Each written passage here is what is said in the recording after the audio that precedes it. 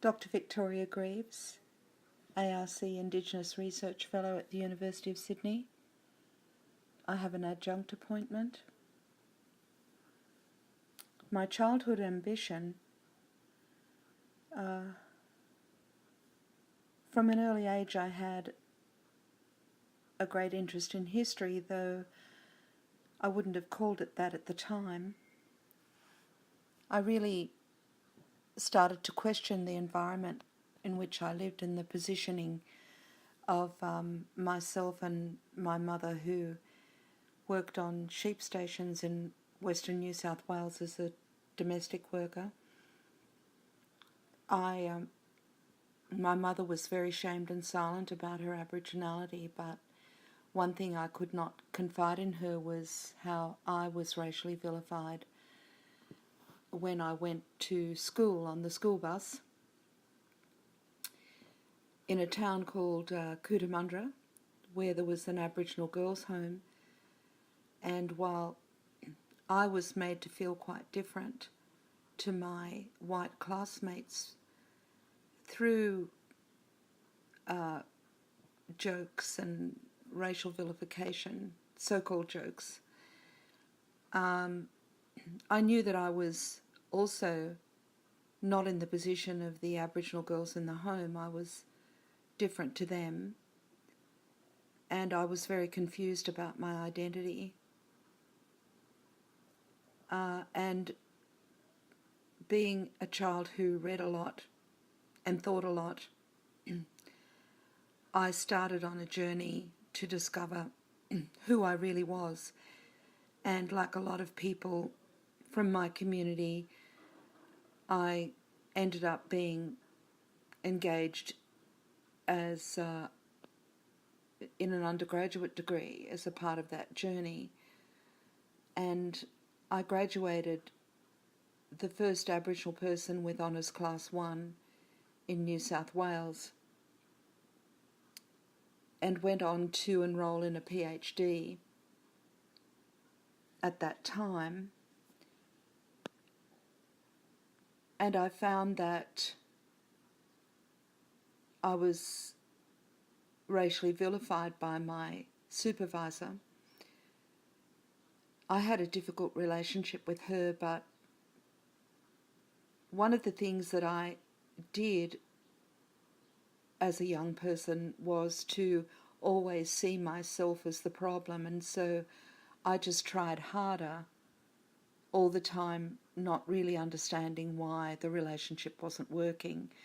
But another student reported to me how the supervisor had referred to me in very racist terms. So not having the toolkit, if you like, to be able to deal with that, I just disappeared. Luckily, I was picked up by Tranby Aboriginal College and employed as a head teacher there. When I met with Kevin Cook, the late and very celebrated chairman of Tranby Cooperative, he said, "Oh, we've heard about you over there at the University of New South Wales." And I'd been too shy to actually enter the doors of Tranby up until then, so I said to him, "Why didn't you come and get me?" But anyway, they got me, and Tranby was a wonderful experience for me, whereby I cut my teeth, if you like, in Aboriginal affairs. I had the opportunity to teach Aboriginal students that was extraordinarily rewarding. I learnt a huge amount myself. I developed curriculum in Aboriginal studies. Perhaps that was the first curriculum developed in New South Wales. That and the curriculum I developed in the tertiary preparation course was picked up by New South Wales TAFE at the time. And I went on from there to be the first lecturer employed in a university in New South Wales. And again, that was an extraordinary growth experience for me as an Aboriginal person, having the opportunity to work with senior Aboriginal people from community level who were recruited into a course especially designed for them. I went on to develop several programs at universities for the entry of Aboriginal adults into degree programs. And I also worked in the Commonwealth Public Service in high-level positions to do with Aboriginal policy and program development.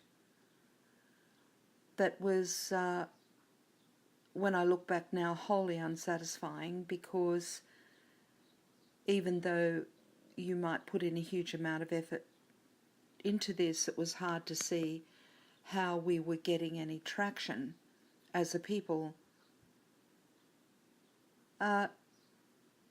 I retreated into the university and picked up a PhD program again. I also went to work back in my own country, running an Aboriginal medical service, and that too was extraordinarily instructive in my growth and development and my understanding of the importance of the Aboriginal intellectual located within the academy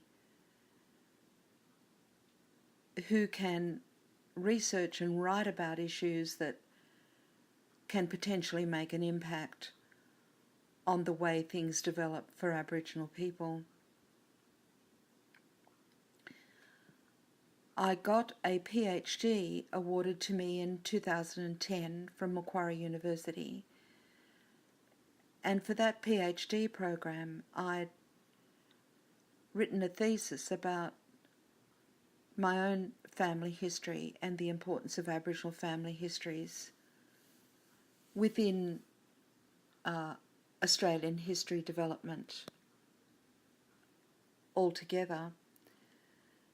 And as part of that, I organised a family reunion in which I was able to inform my family and kin about our true history. So it wasn't until that point that really my identity as an Aboriginal person was really solid, and it's been a huge boost to my well-being and my understanding of the role that I can play in future developments. The dummies version of what I do? Well, I think that the general public sometimes has a view of the academic person generally as someone who's in a cushy job, but it's actually not an easy job in any way, shape or form, particularly with the changes that have occurred in the higher education setting over the last couple of decades. It's certainly much more difficult for Aboriginal academics because we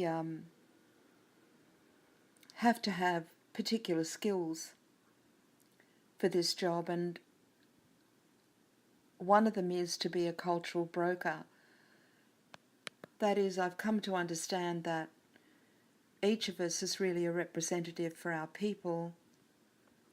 Whether we choose that role or not, how we behave and what we do has an impact on all of us. And in these positions within universities, it's important to keep your Aboriginal community contacts.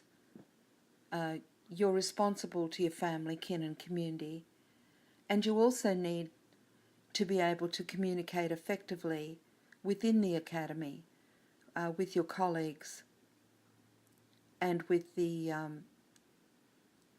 people who make policy and change within the academy. So that's a particular skill set that I'm happy to have had a lot of opportunity to master over the years. The toughest challenge for me in my work has been to try and ground Indigenous knowledges as an important part of the Academy. Indigenous knowledges are, of course, culturally very different to Western knowledges, and they tend to be really incorporated into Western knowledges in a way that the values and ethics of Indigenous people, for example, their relationship to the natural world, are not really foregrounded. Indigenous knowledge has a huge amount to contribute to the world, particularly as we are now in this age of humans, the Anthropocene, and we are living on a dying earth.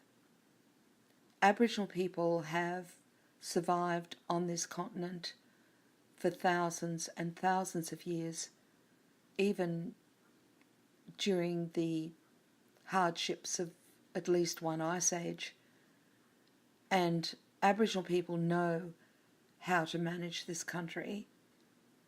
Until we get to a point of understanding what Aboriginal philosophy has to offer, we are always going to be more destructive than conservationist. And with the future that the world is now facing, many people are now seeing the importance of Aboriginal philosophy to the contemporary world. The most rewarding aspect of my work is when I think perhaps my thinking is making a contribution and my ideas are getting out there. One of the most important pieces of writing I've done recently was published in Griffith Review 60, First Things First, whereby a group of Aboriginal intellectuals were invited to contribute what they think the future should be in the relationship between Aboriginal people and the Australian state. I'm at a point in my career now where I have enough very strong experience and knowledge whereby I hope that what I can contribute might add to the possibility of real social justice and human rights, not only for Aboriginal people, but for other people who are currently extremely marginalised by the settler colonial state. Oh, the biggest myth about the work that I do, what is commonly said about people who engage with Aboriginal history is that they want to see themselves as victims, that the history really shouldn't matter, that they should be able to get over this. In our culture, we have an idea that you cannot move forward in a good way until the issues that have arisen in history are dealt with. That is why a lot of these histories are still with us. So while the West tends to see history as being in the past, Aboriginal people know that it is in the present. History does not leave us until it's dealt with, and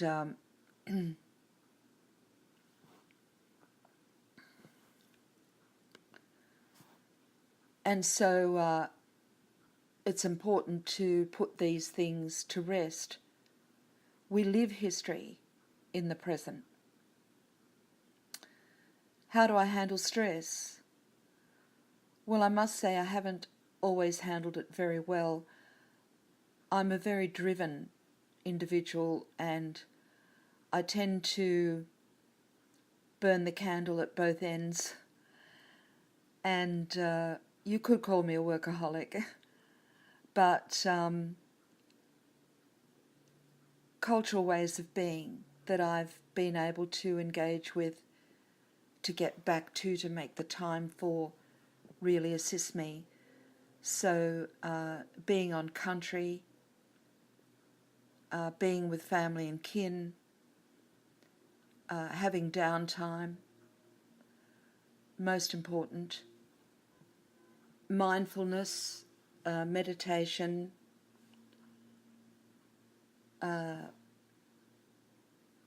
and practicing yoga, being sure I get enough physical activity. I love to go to the gym, I swim.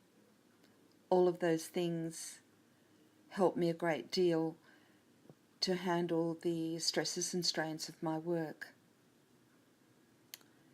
If I were to sum myself up in 3 words, I would have to say I'm driven, I'm very outcomes focused,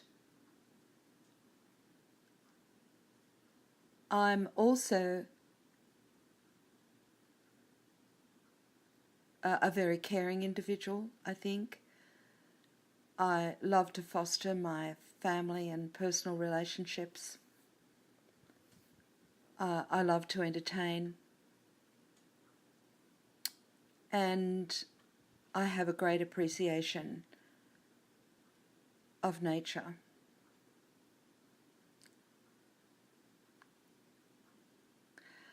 My success tip is to follow your passion. Not only does following your passion mean that you're going to eventually produce very satisfying work that you can be proud of, but it helps you to grow as an individual and to become a better person. Another success tip, if I can make 2, is to not be afraid of change.